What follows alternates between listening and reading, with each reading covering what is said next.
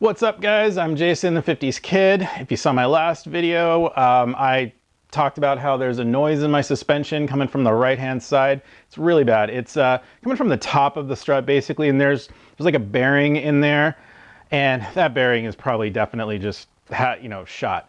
I should have changed it the last time I did my struts and shocks in the back, but I didn't. I cheaped out and it's come back to bite me, so now I have to do the whole job again. This time, obviously, I'm not going with eBay parts because I can afford OEM stuff now, and that's what I want to put in there. I know there's going to be some comments saying, why don't you put Bilsteins in there? To be honest with you, I don't know. I don't know that I needed them. I'm not driving all that hard. I just kind of drive the car to enjoy it, and I just went for the OEM Sachs shocks. But, you know, could put Bilsteins in, wouldn't have been a problem, but I just decided not to. Anyway, figured I'd pick up the camera and record it. I'm not going to do a full-on how-to because I've already done that. I'll just kind of do sort of a vlog style thing. I don't know. Well, let's just figure it out. Let's get started. Let's see if I can reproduce this sound for you.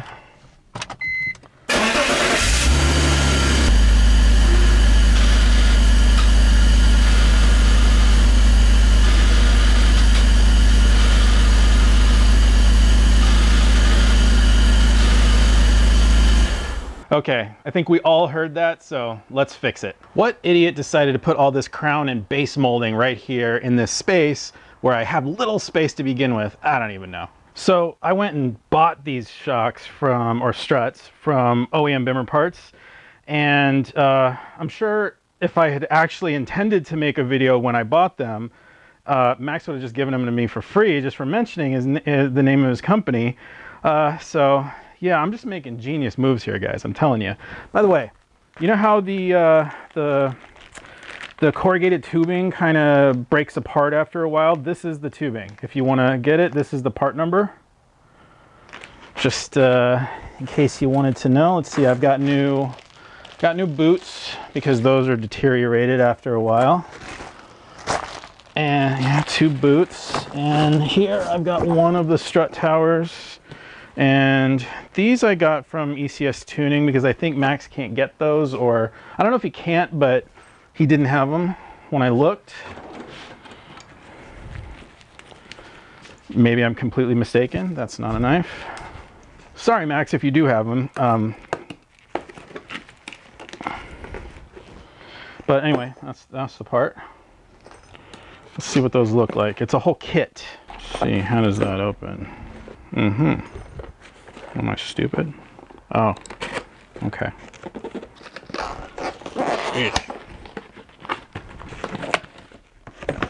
Oh, it just slides out. See, okay. That was not apparent. All right. Don't need that. This guy has the bearing up inside of it. You can see it's greased. It looks like it's an open bearing. That's probably why it failed. You can see in there instead of a sealed bearing.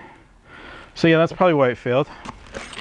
And it comes with all the hardware you need and stuff. So I bought those. Bought 2 of them, and then the OEM Sachs struts. And then let's see. Oh, just some odds and ends of things that probably nobody would replace except somebody who's super anal. This is that little rubber thing that goes underneath the engine, between the engine and the the main K-member. So that deteriorated on me. The plug for the transmission. Replace that. Let's see, intake, throttle body gasket. Don't need to replace that. I don't know why I bought that. This is the seal for the transmission. When I've been under there, I've been noticing some red transmission fluid on the bottom of the transmission. A couple of drops here and there. I should have replaced that when I had the damn transmission out a couple weeks ago. I'm an idiot. I was just, it was too late by that point, and I didn't want to make a super mess because I didn't drain the transmission. I didn't want to make a big mess by pulling the torque converter out because that would have unearthed like 18 gallons of transmission fluid on my floor, and I just didn't want to deal with it because the transmission was already down on top of the transmission jack and there's no draining it at that point. So I just decided, forget it. I'll do it later down the road, and that was, again, a mistake. So always stop, go buy the parts if you need them and just do it when you can. So yeah, whatever. Here's the other guy.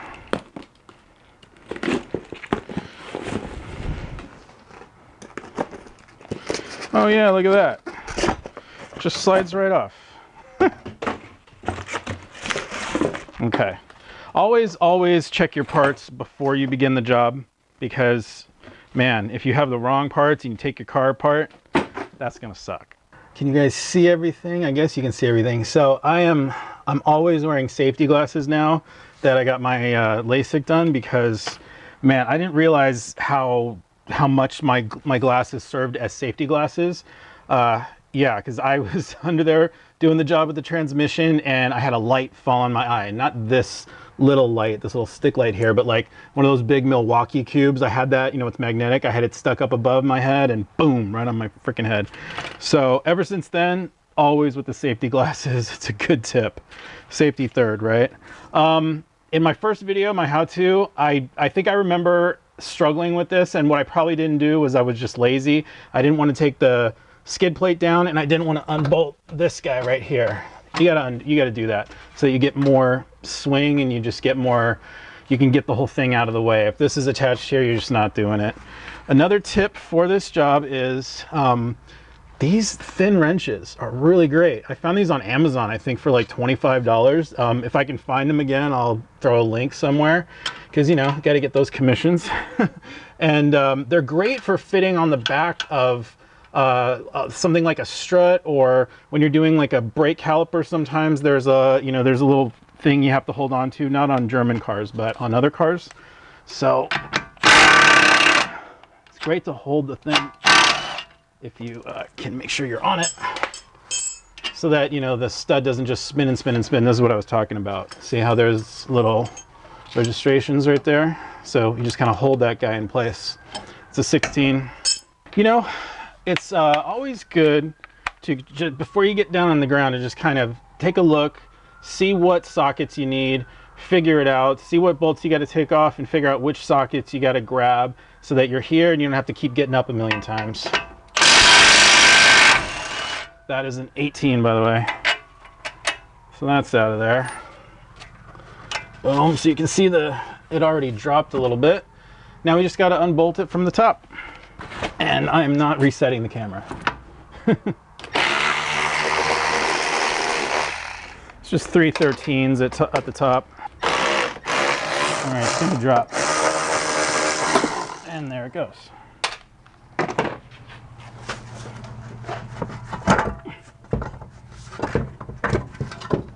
Just like that, that easy. I can't believe I did that on camera. I broke this, didn't I? You guys saw that.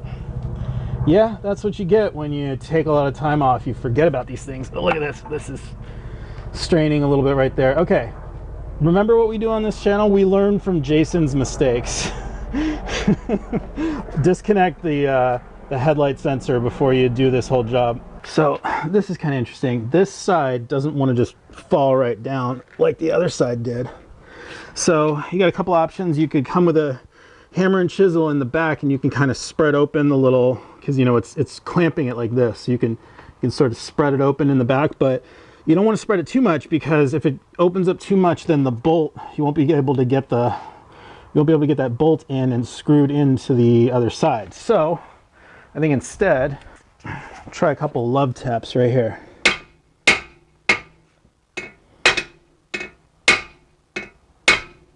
You know what? Wrong hammer.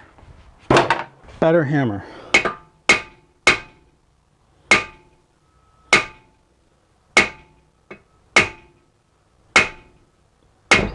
There you go.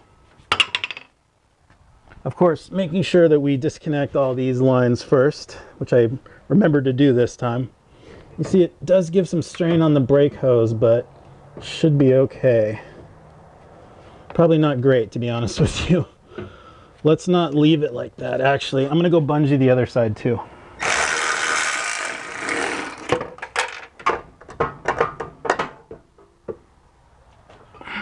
This was quick to grab. My sort of brake hooks that I used to hang calipers. There we go. Now it's not under strain. I forgot how annoying it was to do all this filming. By the way, if you think I'm worried about this little bungy right here, I am not. That's not going to do anything. So, as you're doing one of these struts, you need to be super careful because these things can kill you if they pop out and hit you in the wrong space, hit you in the head.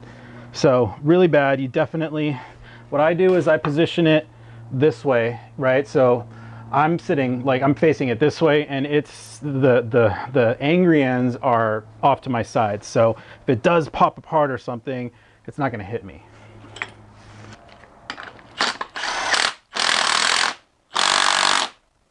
So you can see the spring pulling away from the bottom plate here. Hopefully that's enough. There, see, that's enough. Once you can kind of move it like that, then you can be at least reassured that you'll be able to get the thing back on. If I just start unscrewing it, it's just gonna spin. The inner strut's probably gonna spin. So that's why I've got the vice grips out here. And there we go. The nut came off with it. So there's our old bearing. I mean, who really knows if this is the source of the noise? The other possibility is it could be in the steering rack. But you know, it's a replacement steering rack that I installed a little while ago. It was a remanufactured unit. It didn't sound like the sound was from down below like that. It sounded like the sound was from up above, but there was, with something like this, there's just really no way to know. So I took a shot. Hopefully it's this. Hopefully this is the problem. So this guy comes out. And I'm not replacing this right here. This is, the rubber's fine. I'm not replacing the rubber, just replacing this guy. I cannot believe this, guys. Check this out. This is a nice set of offset wrenches I bought just for the occasion when I need them, which is now.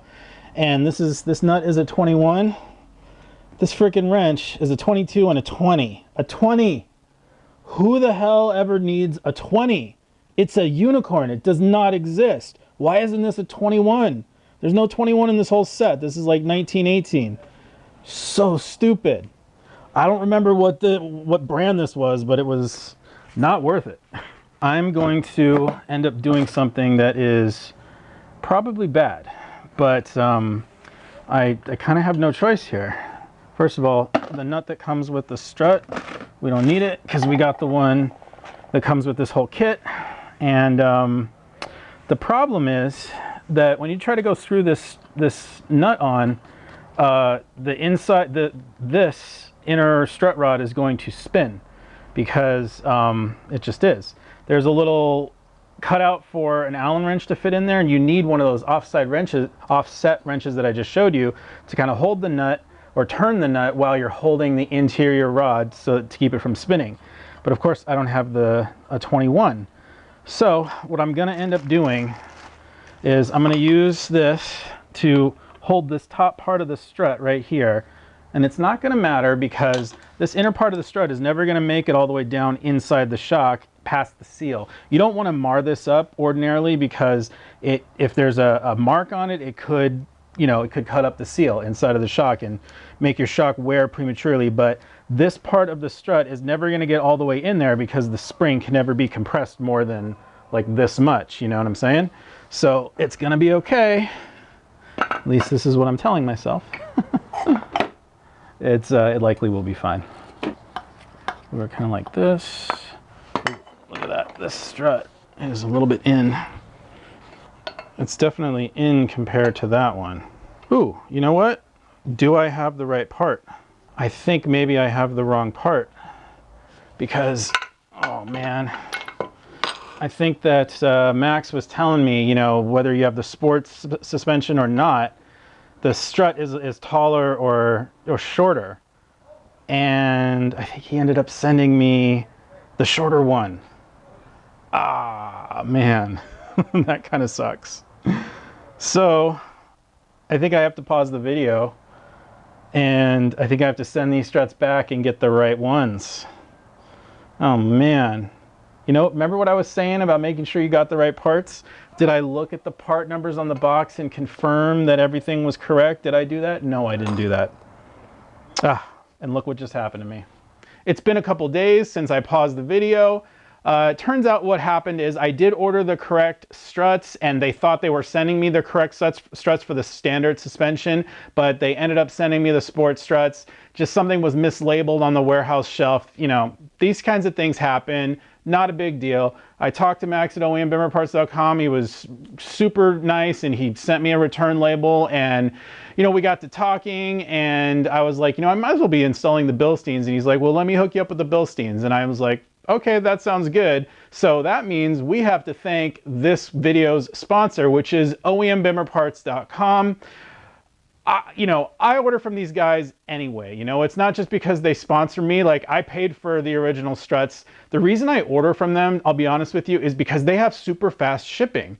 Like, you know, in these days with Amazon and all that, we're all accustomed to getting our packages in like 2 days. And if something takes a week to even ship out and then another week to get to you because you got the free ground shipping, that's just, you know, that sucks. But that's not what happens with OEMBimmerparts.com, because they have super fast shipping, and the thing gets there before you even know it. Like, it's Tuesday and this thing already got to me because their warehouse is, you know, in my town basically. So they have like warehouses all over to make sure they get the parts to you as fast as possible. And that's the best thing about this company, and the fact that, you know, they're understanding if you have to return something or if there's a mistake, they're on top of it. So I absolutely recommend you to go to OEMBimmerparts.com if you have any part needs. They have like all the major parts that you need to, that you're typically replacing on your car. Any gaskets, or, you know, oil pan gasket or seals, or, you know, shocks or brakes or oil or anything like that. And it's not just for the E46, it's for all the popular 3 Series and 5 Series and, you know, X5s and X3s and all that stuff. So if you are in the market for some parts, please check out OEMBimmerparts.com. All right, now that we got that out of the way, let's take a look at what we got. The goodies that we got. Oh, look at that. Dude. Oh, isn't that funny? He sent us the strut mounts. You know what though? This doesn't have the replacement hardware, so I think I'm probably just gonna go with the ones that I like already opened. But Max, thank you very much. That's really nice. And then we've got the boots, but it looks like the boots actually don't come with the mounts. These boots that I already ordered, they actually have the bump stops in them already. So I'm probably gonna use these. But super nice to send that out. Thank you very much, Max. Now let's take a look. We've got the Bilsteins. Oh, little bumpy in shipment. Okay. Yeah, they don't package these things properly. Any shock manufacturers, the other ones too, they had like, you know, this part of the shock ends up cutting through the box. These manufacturers need to do a better job at that. But this definitely looks like the correct part. You can see how high it is. Let me grab the other one. Okay, so this is almost turning into a comedy of errors. I have confirmed that these part numbers are correct. These are for the standard suspension. 22-103-109, and this is 22-103-093. These definitely are the Bilstein shocks for the standard suspension, and I guess they are supposed to be longer like this. I had to do some research and looking around on the net, and yeah, this has happened to people before. I guess they're longer to make it easier to install, but once you get the car down on the ground, they sit at the correct height. So I'm gonna go ahead and install these, but I got the box open and I was like, wait a minute, what the hell? But yeah, no, I think it's okay. So we're just gonna install these. This has been kind of a strange journey. So I bought these new bump stops, and they come, or I bought these new rubber boots, and they come with bump stops in the kit. So that's awesome. Let's see, let's keep going here. I of course cheated and looked at my old video. I guess that's not cheating, that's just being smart, right? To see what I went through 5 years ago when I did that. And this washer definitely goes on the bottom. The one that's like a little cupped like this goes down on the bottom there. And this does not go on the top. This actually goes beneath this thing. right here. So that separates one thing from another, like that. So both of those washers go together, essentially. So yeah, these are these are longer to make it easier to install. At least that's what somebody surmises on the internet. It is the internet, by the way, not the interwebs. I hate when somebody says interwebs. That is not a thing. Okay.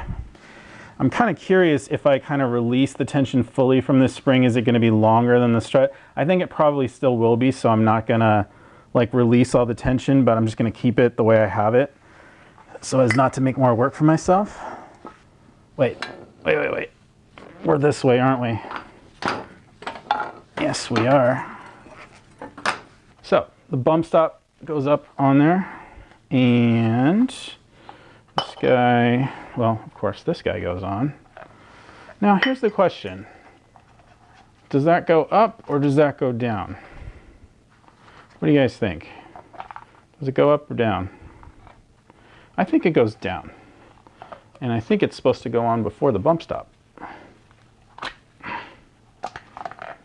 Just, it kind of seems like it should go like that, right? Like that's supposed to fit down there. Yeah. Bump stop there. We've already got the rubber sort of in place. This is essentially going to fit here. So you see, like, I do not have to have this spring compressed. You know what? I'm honestly wondering now. It's got me curious. I think I'm going to loosen this. I'm going to see if you can just install this straight away. Okay. We find the, you got to find the imprint in the rubber right here. It is kind of confusing. So especially like if you decide to install a brand new piece of this rubber, you wouldn't have any kind of imprint. So look on your old one for the imprint. Hopefully your old one's not like all trashed, but it's not like the spring fits in the little corner right here, you know, it actually fits right here. Which is kind of interesting. And the spring, you can kind of tell because the spring has this strange sort of bend right here. That goes right into this corner right here. This corner that kind of sticks out. So that's how you know how to install the spring, is it kind of fits in that little corner, just like that. It is looking like we can't just put this on. We do need some compression, which is fine. We have the spring compressor. See, it's, you got about this much. You got about that much. So we got to compress it somewhat, but not a whole lot. A little bit there. A little bit there. So the strut came with a new nut. Let's just see what the size was. So that one's a 21. The new nut is a 22. I'm not going to use the new nut. Since I have this kit from BMW, I want to use the OEM thing. But like I said, I'm just going to use this to grip the top of the strut here, because that will never hit the seal inside of the strut. So it's going to be fine. That's going to hold it in place.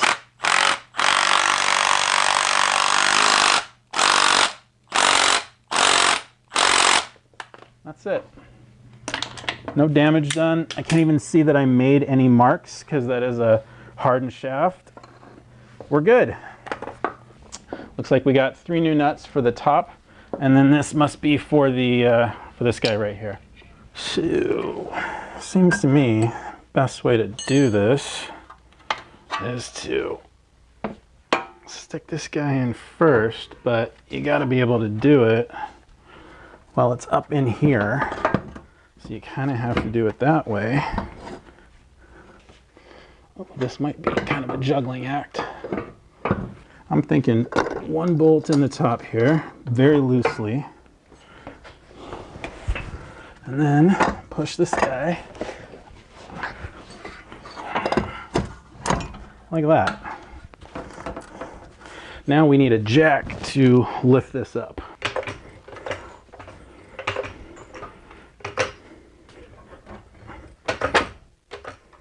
So there are these 2 little lugs on the back of this strut that go in a slot.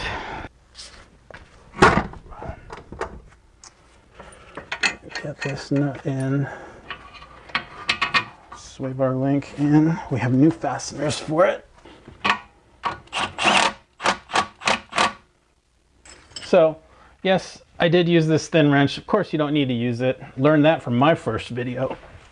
I wanted to show you the wrench. That's why I pulled it out. But in this particular case, a normal 16 is actually easier because it's got more width in this case is better. Hey. Can you guys see anything? I have no idea. The screen is not very high def.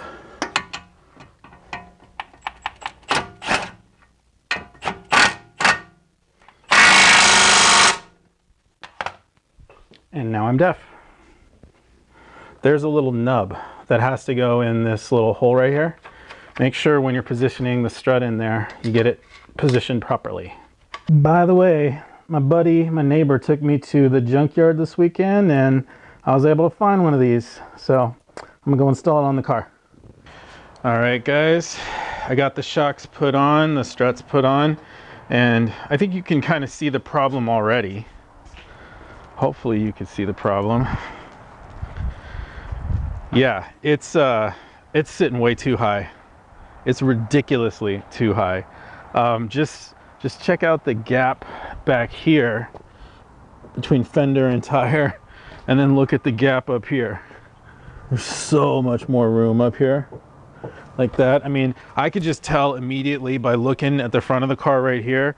I could just tell it's way too high. It's just ridiculous. I don't know what the hell happened with these Bilstein struts. I confirmed, we confirmed 3 times that these are the correct part numbers. These are the standard suspension struts. They sit higher for some reason that I don't understand. And I'm not the only one who experienced this. Once this happened, I took a look online, and sure enough, there's an old thread from some forum somewhere talking about this. And the guy was basically like, I don't know why this is, but I want out. I hate it, and I have the exact same feelings. Like, this is just ridiculous. The car sits all wrong now, and I can't live like this. So I'm gonna have to redo this. All right, here's the deal. On the left, we have my struts, my eBay struts, AAA brand from 5 years ago. This one's already dead, by the way. This one is dead as well. So yeah, you get what you pay for when you buy eBay parts, number one. Number two, here's the Sachs part that I thought was wrong for my car.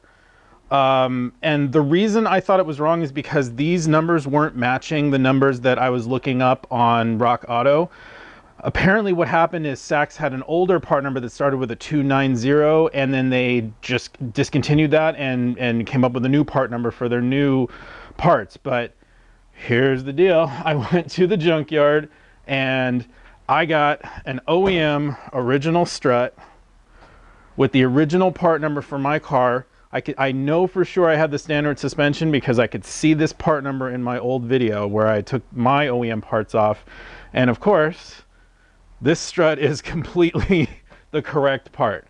So they didn't make any mistakes. OEM Bimmer Parts didn't make any mistakes. They sent me the right parts, and I am just an idiot.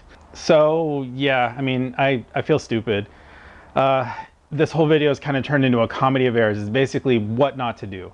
So as always, I'm not going to edit out any of my mistakes. You know, that's the reason I make them, so you guys don't have to. I didn't know any of this about the Bilstein struts. I wouldn't have got them if I knew about this. I guess maybe I didn't even get the right ones to begin with. I think if you want to upgrade to the Bilstein struts, Bilstein. I think the whole point is to get the ones that are for that, like the modified suspension ones, like increased ride handling and all that stuff. So I didn't end up getting those, but I don't know what you have to do for those. You probably have to change the springs. The point is, do your research, which I didn't do because what can I say? My head's not in the game on this one. But anyway, I'm gonna redo this job. It's actually pretty easy, and we should be good. Okay, we are rapidly losing light. You know, the the first thing I thought when I got this changed out and back down on the ground was, I don't know if there's a difference. I really can't tell. I want to say to myself after looking at it for half an hour now that, yeah, there's a difference, a very subtle difference. Did this idiot measure how far it was off the ground before I even did this? No. So I have absolutely no way to compare. Maybe I can compare the video footage. Yeah, I'm gonna go ahead and say maybe there's a subtle difference, but yeah, I really don't know. Wow, there is so much fail in this video. It's almost enough to make you want to quit YouTube. Just kidding.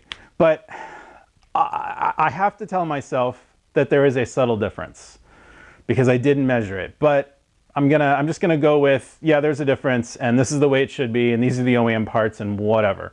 So yeah, I hope you had fun watching and laughing at me, and maybe we'll do this again sometime. I'm the 50s Kid. Thanks for watching.